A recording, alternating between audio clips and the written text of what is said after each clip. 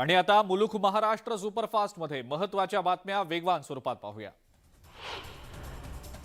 मुंबईतल्या टेक्सटाईल आयुक्तालयाचं कार्यालय दिल्लीला हलवण्याचा कोणताही निर्णय केंद्र सरकारनं घेतलेला नाही। फक्त अधिकाऱ्यांना दिल्लीला येण्यासाठी सांगितल्याची माहिती उपमुख्यमंत्री देवेंद्र फडणवीसांनी दिली आहे। गरीब रुग्णांना सेवा नाकारणाऱ्या धर्मादाय आणि खासगी रुग्णांवर कारवाई होणार असल्याची माहिती विधानसभा अध्यक्ष राहुल नार्वेकरांनी दिलेली आहे। याशिवाय विधिमंडळाचा अवमान हक्कभंग केल्याप्रकरणी कठोर कारवाई करण्याचे संकेतही त्यांनी दिले। संजय राऊतांनी भ्रष्टाचाराचे आरोप केल्यानंतर दादा भुसेंनी विधानसभेत निवेदन सादर केलं। यावेळेला बोलताना त्यांनी संजय राऊत मातोश्रीची भाकरी खाऊन पवारांची चाकरी करतात अशी टीका केली आणि यावरून विधानसभेत गदारोळ झाल्याचं पाहायला मिळालं।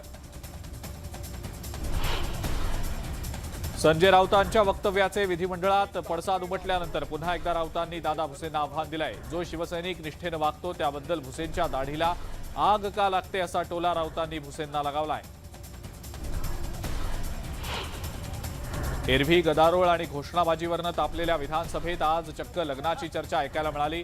बच्चू कडूंनी विचारलेल्या एका प्रश्नावरून उपमुख्यमंत्री देवेंद्र फडणवीसांनी थेट आदित्य ठाकरेंना मिश्किल चिमटा काढला आणि विधानसभेत हशा पिकला। कृषी मंत्री अब्दुल सत्तार नाशकात दाखल झालेत। कृषी मंत्र्यांनी अवकाळी पावसानं नुकसान झालेल्या शेती पिकांची पाहणी केली आहे। तर अब्दुल सत्तार यांच्यासोबत कृषी पणन आणि जिल्हा प्रशासनाच्या अधिकाऱ्यांचं पथकही उपस्थित होतं। शिंदे फडणवीस सरकार आल्यापासून उत्साहात सण साजरे होत आहेत। त्याचाच एक भाग म्हणून भाजपतर्फे हिंदुत्वाची गुढी उभारली जाणार आहे अशी माहिती आमदार आशिष शेलारांनी दिलेली आहे। तर दुसरीकडे शेलारांनी ठाकरेंवर घणाघात करत उद्धवजींनी हिंदुत्व सोडलं असलं तरी आम्ही हिंदुत्वाबरोबर ताकदीनं उभे असल्याचं म्हटलंय। मुंबईतल्या दादर फुल मार्केटमध्ये गुढीपाडव्याच्या खरेदीसाठी लोकांनी मोठी गर्दी केल्याचं दिसतंय। तर अवकाळी पावसामुळे झेंडूच्या फुलांचे दर 120 पार गेलेत। भिवंडीमध्ये दुचाकीस्वार कंटेनर खाली येता येता वाचलाय। दुचाकीस्वारानं उडी मारल्यानं त्याला किरकोळ दुखापत झाली आहे। मात्र दुचाकी कंटेनर खाली आल्यानं तिचं नुकसान झालंय। त्यावेळेला नागरिकांनी कंटेनर चालकाला चोप दिला। यामुळे काही काळ वाहतूक कोंडी झालेली होती। उल्हासनगरच्या जनता कॉलनी परिसरात अनधिकृत जुगार अड्डे मोठ्या प्रमाणावर सुरू आहेत। पोलीस कारवाई करत नसल्यानं अखेर ठाकरे पक्षातल्या महिलांनी जुगार अड्ड्यांवर धडक देत महिलांनी जुगाराच्या साहित्याची तोडफोड केली आणि पोलिसांच्या कार्यक्षमतेवरही प्रश्न उपस्थित केले। संपूर्ण जगामध्ये लुप्त होणारी फॉरेस्ट औलट ही दुर्मिळ घुबडाची प्रजाती फक्त मेळघाट आणि तानसा अभयारण्यात आढळून येते। याच जंगलात आदिवासी तरुण दुर्मिळ प्रजातीच्या घुबडाचं संवर्धन करतायत। अवघ्या एका दिवसावर गुढीपाडवा येऊन ठेपलेला असताना आनंदाच्या शिधासाठी धुळे जिल्ह्यातल्या लाभार्थ्यांना अजून 3 ते 4 दिवस वाट बघावी लागणार आहे। त्यामुळे लाभार्थ्यांनी सण साजरा करायचा तरी कसा असा प्रश्न आता उपस्थित झालाय। गुढीपाडव्यासाठी जाहीर करण्यात आलेला आनंदाचा शिधा अद्यापही गोदामातच पडू नये। त्यामुळे सण पुढ्यात असताना चंद्रपुरातल्या लाभार्थ्यांना प्रतीक्षाच करावी लागणार आहे। राज्य सरकारी कर्मचाऱ्यांचा संप आणि वाहतूक व्यवस्थेतील अडचणींमुळे हा शिधा वेळेवर पोहोचला नसल्याचं सांगितलं जात आहे। गुढीपाडवा अवघ्या एका दिवसावर येऊन ठेपलेला असताना सुद्धा अद्यापही जळगावमध्ये आनंदाचा शिधा पोहोचलेला नाही। जिल्ह्यातल्या लाभार्थ्यांना आनंदाच्या शिधासाठी अजून काही दिवस वाट बघावी लागणार असल्याची माहिती जिल्हा पुरवठा अधिकारी सुनील सूर्यवंशी यांनी दिलेली आहे। चिपळूणच्या दहिवली गावात डोंगरावर राहणाऱ्या यशवंत खरात यांना तब्बल 5 वर्षांनंतर वीज मिळाली आहे। यशवंत खरात यांच्या एका घरासाठी एमएसईबीनं 10 खांब टाकून त्यांच्या घरात वीज पुरवठा सुरू केलाय। महावितरणच्या गलथान कारभाराचा बीड शहरातल्या नागरिकांना फटका बसलाय। सुरळीत वीज पुरवठा केला जात नसल्यानं बीडकरांचा पाणी पुरवठा आणखी 1 दिवसानं पुढे ढकलण्यात आलाय। महत्त्वाच्या धरणांचा पाणीसाठा निम्म्याहून कमी झाल्यानं कोल्हापूरकरांना आता पाणी टंचाईला सामोरं जावं लागणार आहे। 15 मे पर्यंत पुरेल इतकाच पाणीसाठा असल्याचा दावा पाटबंधारे विभागाकडून करण्यात येतोय। मुंबई गोवा महामार्गावरच्या कामथे इथं मुसळधार पावसामुळे खचलेल्या रस्त्याचं काम पुन्हा सुरू करण्यात आलेलं आहे। यामुळे मुंबई गोवा महामार्गावरील कामथे घाटातली वाहतूक आणखी काही काळ एकेरी सुरू राहील असं सांगितलं जात आहे। आमदार चंद्रकांत पाटलांच्या तक्रारीनंतर अधिकाराचा गैरवापर केल्याचा ठपका ठेवत भुसावळमधल्या प्रांताधिकारी रामसिंग सुलाणे यांचं निलंबन करण्यात आलेलं आहे। याबाबतची घोषणा महसूल मंत्री राधाकृष्ण विखे पाटलांनी सभागृहात केली आहे। कोपरगावात नगर मनमाड महामार्गावर मादी हरिण मृतावस्थेत आढळून आलेलं आहे। वन विभागाच्या कर्मचाऱ्यांनी हरणाचं शवविच्छेदन करून दहन केलंय। दौंडमध्ये धुमाकूळ घालणाऱ्या बिबट्याला जेरबंद करण्यामध्ये अखेर वन विभागाला यश आलेलं आहे। गेल्या काही दिवसांपासून एकेरीवाडी भागात पाळीव प्राण्यांवरचे हल्ले वाढले होते आणि त्यानंतर वन विभागानं पिंजरा लावून या बिबट्याला जेरबंद केलाय। वर्ध्याच्या सोशलिस्ट चौकात पाडवा पहाट कार्यक्रम होतोय। या कार्यक्रमाच्या प्रचारार्थ श्रीराम मंदिर समिती आणि श्रीराम शोभायात्रा उत्सव समितीच्या वतीनं दुचाकी रॅली काढण्यात आली। या रॅलीत तरुण तरुणी सहभागी झाले होते। समृद्धी महामार्गावरील वाढते अपघात नियंत्रित करण्यासाठी वाहन चालकांचं सक्तीनं समुपदेशन करण्यात येणार आहे। यासाठी नागपूर ते शिर्डी मार्गावर 8 समुपदेशन केंद्र तयार करण्यात येणार आहे। तिथं अतिवेगानं वाहन चालवणाऱ्यांना सक्तीनं रोखून 30 मिनिटं ते 1 तास आरटीओ कडून समुपदेशन केलं जाईल। रत्नागिरीच्या चिपळूण आणि गुहागरमध्ये 4 कोटींहून अधिकची वीज बिल थकबाकी आहे आणि यामुळे मार्च संपण्याआधी ग्राहकांनी वीज बिल भरावं असं आवाहन महावितरणकडून करण्यात आलेलं आहे। गुढीपाडव्याच्या निमित्तानं गोंदियाच्या नेहरू चौकात श्रीराम मूर्तीची स्थापना गेल्या 18 वर्षांपासून विश्व हिंदू परिषद आणि बजरंग दलातर्फे करण्यात येते। गुढीपाडव्याच्या एक दिवस आधीच ढोल ताशाच्या गजरात यात्रा काढण्यात आली आहे। मुळशीच्या पौड फाट्याजवळ एका नागरिकाला गहाळ झालेलं पाकिट सापडलं होतं। या पाकिटात 15,000 रोख, डेबिट कार्ड आणि महत्त्वाची काही डॉक्युमेंट्स होती। या नागरिकानं पेट्रोलिंगवर असलेल्या पोलिसांना हे पाकिट दिलं। पोलिसांनी डेबिट कार्डद्वारे पत्ता शोधून मालकापर्यंत हे पाकिट पोहोचवलंय। तळ कोकणात कलिंगड शेती यंदा चांगलीच बहरली आहे। कणकवली, कुडाळ, सावंतवाडी, मालवणमध्ये शेतकऱ्यांनी कलिंगडाची लागवड केली आहे। या कलिंगडाला गोवा आणि स्थानिक बाजारपेठेत मागणी असल्यानं यातून शेतकऱ्यांना चांगला नफा मिळतोय। धुळे महानगरपालिकेमध्ये राष्ट्रवादी काँग्रेसनं आंदोलन केलं। कंत्राटदाराच्या व्यवस्थापकानं धुळेकर नागरिकांबद्दल अपशब्द वापरल्यानं संतप्त आंदोलकांनी व्यवस्थापकाला चांगला चोप दिलाय। बीडच्या पाटोदामध्ये उन्हाची तीव्रता वाढल्यानं बहुतांश पाझर तलावांनी तळ गाठलाय आणि यामुळे पाणी टंचाईला सामोरं जावं लागण्याची शक्यता वर्तवली जाते। तर पाणी जपून वापरण्याचं आवाहन प्रशासनानं केलेलं आहे। येत्या 72 तासात उत्तर महाराष्ट्रात तुरळक ठिकाणी गारपिटीची शक्यता आहे। तसंच काही ठिकाणी हलक्या स्वरूपाचा पाऊस पडू शकतो असा अंदाज पुणे वेधशाळेचे संशोधक डॉक्टर अनुपम कश्यपी यांनी वर्तवला आहे। रत्नागिरी जिल्ह्यातल्या दापोलीत अवकाळी पावसानं हजेरी लावलेली आहे। हरणे गावात वादळी वाऱ्यासह झालेल्या पावसानं रस्त्यावर पाणी साचलेलं होतं, त्यामुळे बाजारपेठेत आलेल्या लोकांची चांगलीच धांदल उडाली। रत्नागिरीतल्या मंडणगड तालुक्यात अवकाळी पावसानं धुमाकूळ घातलाय। ठिकठिकाणी वादळी वाऱ्यासह झालेल्या पावसामुळे जनजीवन विस्कळीत झालेलं होतं। बीडमध्ये सुद्धा अवकाळी पाऊस आणि गारपिटीमुळे शेतकऱ्याच्या हातातोंडाशी आलेला घास हिरावला गेलाय। धुनकुवड गावातल्या शेतकऱ्याच्या 1100 आंब्याच्या झाडांचं मोठं नुकसान झालंय। यंदा 25 ते 30 लाखांचं उत्पन्न मिळेल अशी शेतकऱ्याला अपेक्षा होती, पण अवकाळी पावसामुळे त्याचं हे स्वप्न धुळीला मिळालंय।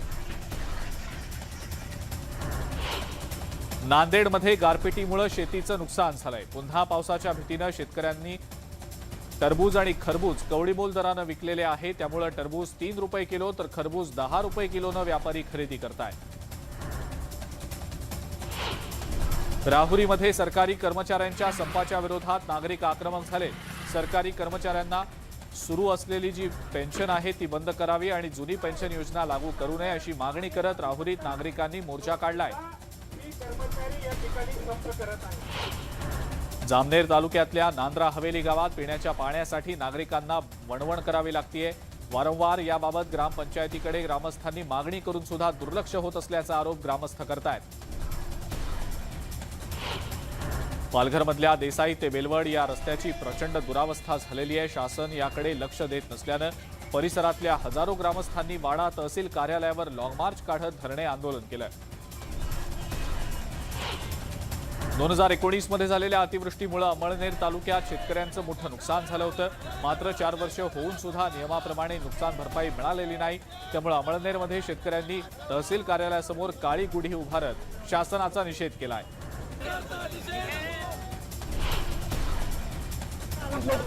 अमृता फडणवीस ब्लॅकमेलिंग प्रकरणी अनिक्षा जयसिंघानीला आता 24 मार्चपर्यंत पोलीस कोठडी, तर सट्टेबाज अनिल आणि निर्मल जयसिंघानीला 27 मार्चपर्यंत पोलीस कोठडी सुनावण्यात आलेली आहे. छत्रपती संभाजीनगरमध्ये अनेक भागातल्या शेतकऱ्यांना मोत्यांच्या शेतीचं आमिष दाखवत अरुण अंभोरे या व्यक्तीनं पैसे लुटलेत. अरुण अंभोरे याला अटक करण्यासाठी आक्रमक शेतकऱ्यांनी पोलीस अधीक्षकांची भेट घेतली आहे.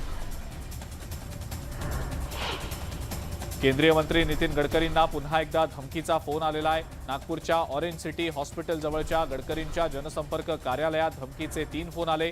यावेळेला 10 कोटींच्या खंडणीची मागणी करण्यात आलेली आहे. खंडणी पाठवण्यासाठी देण्यात आलेला नंबर एका मुलीचा असून तिचा मित्र जेलमध्ये असल्याची माहिती मिळतेय. व्हॉट्सअॅपवर स्वतःच्या श्रद्धांजलीचा व्हिडिओ स्टेटस ठेवून 24 वर्षीय तरुणानं आत्महत्या केली आहे. सांगलीतल्या वाळवामधला हा धक्कादायक प्रकार आहे. या आत्महत्येमागचं कारण समजू शकलेलं नाही. पोलीस अधिक तपास करतायत.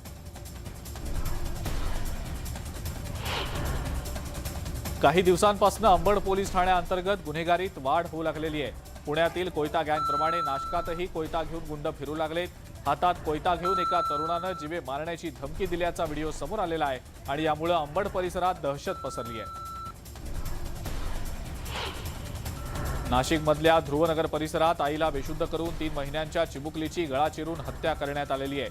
ध्रुवांशी रोकडे असं हत्या झालेल्या चिमुकलीचं नाव आहे. या प्रकरणी पोलिसांनी अज्ञात महिलेच्या विरोधात गुन्हा दाखल केला आहे.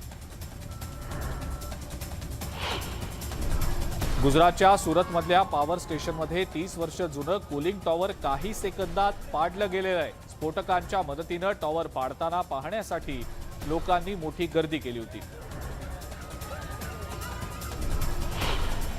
सुरतमधल्या एका ज्वेलरनं चांदीची वेगवेगळ्या आकारातील राम मंदिरं तयार केलेली आहेत. 70,000 ते 6 लाखांपर्यंतच्या किमतीमध्ये हे राम मंदिर विकत घेता येऊ शकणार आहे. मध्य प्रदेशमधल्या इंदोर इथं कारनं स्टंट करतानाचा व्हिडिओ व्हायरल झालाय. हा व्हिडिओ समोर आल्यानंतर पोलिसांनी कारवाईला सुरुवात केली आहे. उत्तराखंडच्या बागेश्वरमध्ये पहाटेच्या वेळेला बिबट्याचं दर्शन झालं. बिबट्याचा व्हिडिओ सीसीटीव्ही चित्रित झालाय. मॉर्निंग वॉक करणाऱ्यांचा जीव थोडक्यात वाचलाय. झारखंडच्या गुमलामध्ये रहिवासी वस्तीत हत्तींचा कळप घुसल्यानं गदारोळ माजलेला होता. हत्तींच्या कळपानं गावात शिरून अनेक घरं उद्ध्वस्त केली आहेत. केदारनाथमध्ये ग्लेशियर तुटल्यानं रस्ता बंद झालेला आहे आणि यामुळे लोकांना यायला जायला मोठा त्रास सहन करावा लागतोय. पुढचे काही दिवस आणखी बर्फवृष्टीचा अंदाज वर्तवण्यात आलेला आहे. हिमाचल प्रदेशच्या नारकंडामध्ये बर्फवृष्टीनंतर निसर्ग सौंदर्य खुललंय. तापमानात मोठी घट झालीय. पर्यटक त्याचा आनंद घेताना दिसतायत. अमेरिकेतल्या कॅलिफोर्नियामध्ये सुरू असलेला पाऊस काही थांबायचं नाव घेत नाहीये. सतत पावसानंतर इथं पूरस्थिती निर्माण झालेली आहे. लोकांना घरापर्यंत जाण्यासाठी बोटींचा आधार घ्यावा लागतोय. अमेरिकेच्या टेक्सासमध्ये एका शाळेत गोळीबाराची घटना घडली आहे, ज्यामध्ये एका विद्यार्थ्याचा मृत्यू झालाय तर दुसरा विद्यार्थी गंभीररित्या जखमी झालाय. आरोपीला पोलिसांनी ताब्यात घेतलंय. युक्रेननं उत्तर क्रिमियामधल्या एका रेल्वे स्टेशनला आपला निशाणा बनवलाय. या स्थानकातनं जाणाऱ्या ट्रेनमधनं रशियाचं क्रूज मिसाईल जात असल्याची माहिती मिळतेय. युक्रेननं ते उद्ध्वस्त केलेलं आहे. सलमान खानचा बहुचर्चित किसी का भाई किसी की जान हा सिनेमा लवकरच प्रेक्षकांच्या भेटीला येतोय. या सिनेमातील जी रहे थे हम हे गाणं प्रेक्षकांच्या भेटीला आलंय. विशेष म्हणजे हे गाणं स्वतः सलमाननं गायलंय. वयाच्या 87व्या वर्षी धर्मेंद्र रुपेरी पडद्यावर झळकण्यास सज्ज झालेत. आलिया भट्ट आणि रणवीर सिंगच्या रॉकी और रानी की प्रेम कहाणी या सिनेमात धर्मेंद्र महत्वाच्या भूमिकेत झळकणार आहेत. मराठीसह हिंदी कलाविश्वात वावरलेली अश्विनी भावे ही अभिनेत्री सोशल मीडियावर कमालीची ऍक्टिव्ह दिसतेय. अलीकडेच तिने एक फोटोशूट केलंय, ज्यात त्या कमालीची सुंदर दिसतीये आणि हे फोटो पाहिल्यानंतर तिनं 50शी पार केली आहे यावर कुणाचाही विश्वास बसणार नाही. करिश्मा कपूरनं नवं फोटोशूट केलेलं आहे. तिचा हा मनमोहक अंदाज चाहत्यांना खूप आवडलाय. सोनम कपूरनं लाल ड्रेसमध्ये खास फोटोशूट केलाय. तिचा हा नवा लुक तिच्या फॅन्सच्या खास पसंतीला उतरलाय. अभिनेत्री सारा अली खान एका प्रमोशनसाठी जुहूमध्ये आलेली होती. यावेळेला सारानं तिच्या चिमुकल्या फॅन्ससोबत संवाद साधला. अभिनेता रणवीर सिंग अनेकदा आपल्या वेगवेगळ्या कारणांमुळे चर्चेत असतो. आता तो एका वेगळ्याच कारणामुळे चर्चेत आलाय. रणवीर सिंग पॅपराझी समोर पोहोचताच त्याला ग्रीन कार्पेटवर काही कचरा दिसला. त्यानंतर रणवीरनं खाली वाकून हा कचरा उचलला आणि पुढे गेल्याचं व्हिडिओ दिसतंय. कन्नड सिनेसृष्टीतील लोकप्रिय अभिनेता चेतन कुमारच्या अडचणीत वाढ झाली आहे. हिंदू धर्म खोटेपणावर आधारित असल्याचं ट्विट केल्यानंतर बंगळुरूमधल्या शेषाद्रीपुरम इथल्या पोलिसांनी चेतन कुमारला ताब्यात घेतलंय. अभिनेता शाहरुख खानची मुलगी सुहाना खाननं सोशल मीडियावर काही फोटो शेअर केलेत. सुहानाचे हे फोटोज फॅन्सच्या पसंतीला उतरल्याचं दिसून येत आहे. आणि या सगळ्या घडामोडींसोबतच मुलुक महाराष्ट्र सुपरफास्टमध्ये आता वेळ झाली आहे इथंच थांबण्याची. ताज्या बातम्या आणि अपडेटसाठी बघत राहा फक्त न्यूज 18 लोकमत.